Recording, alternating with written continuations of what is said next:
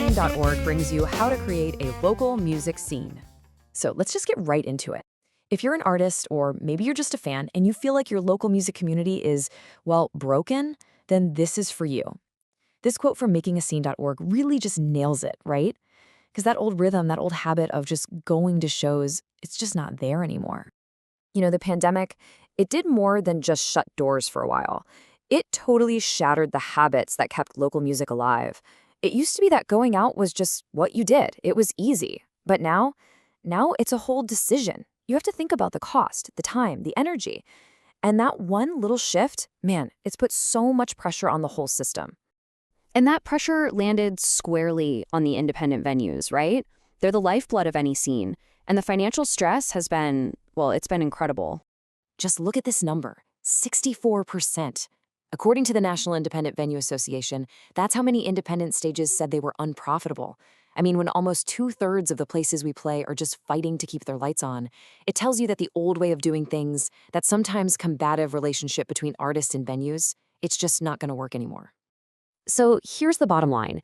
We've got to stop waiting around for someone else to fix it and start building it ourselves.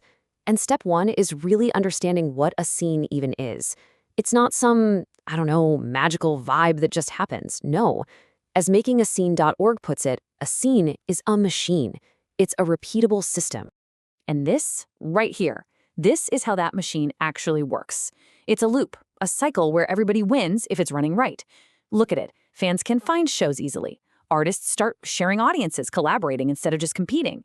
That makes things less risky for the venues, so they're more likely to book original music. And when you have consistent nights, people get into the habit of going. That makes crowds more predictable, which means steadier money for everyone involved. It's not just about culture, you see.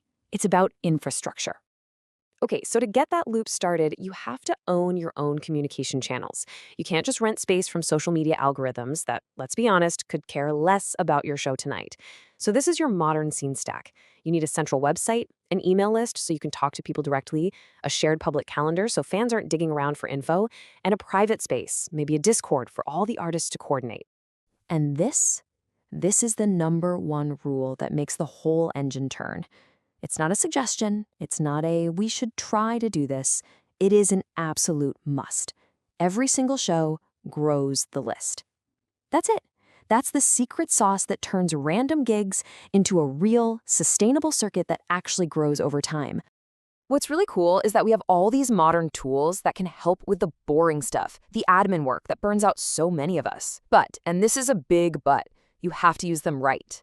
AI, for example. The bad way? Letting it be your voice, churning out generic, soulless content. The good way? Treating it like your assistant. Let it be your first draft machine. Use it to automate things like event descriptions, emails, and press releases so you can focus on the human connection part. And it's the same thing with Web3. This isn't about hype or trying to force confusing crypto stuff on your fans. No way. Think of it as a loyalty tool. Instead of just getting a like on Instagram, you can create these ownable digital things, like a membership card or a stamp for every show they attend. It gives your biggest supporters real perks and a sense of ownership. It's totally optional, an extra layer for the superfans, not a barrier for new people. All right, so you've got your tools, your plan, but where do you actually play? You got to get creative here. Think beyond the traditional club. If your town is short on venues, start looking around. Stages are literally everywhere. Community centers, art galleries, bookstores, VFW halls, and of course, house concerts. Seriously, those are like the cheat code for building a scene. And here's a pro tip. Don't just look for empty rooms. Look for communities that already exist, that already have some gravity to them.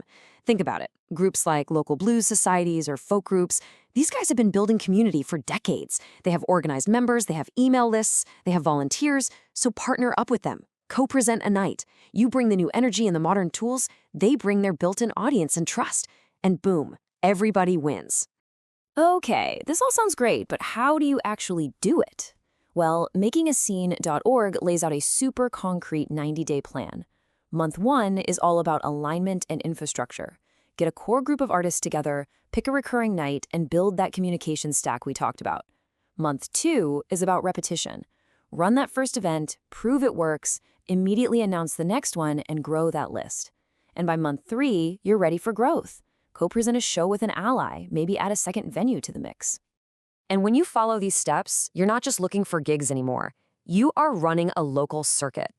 The goal here, it's not just about getting more shows on the calendar. It is so much bigger than that.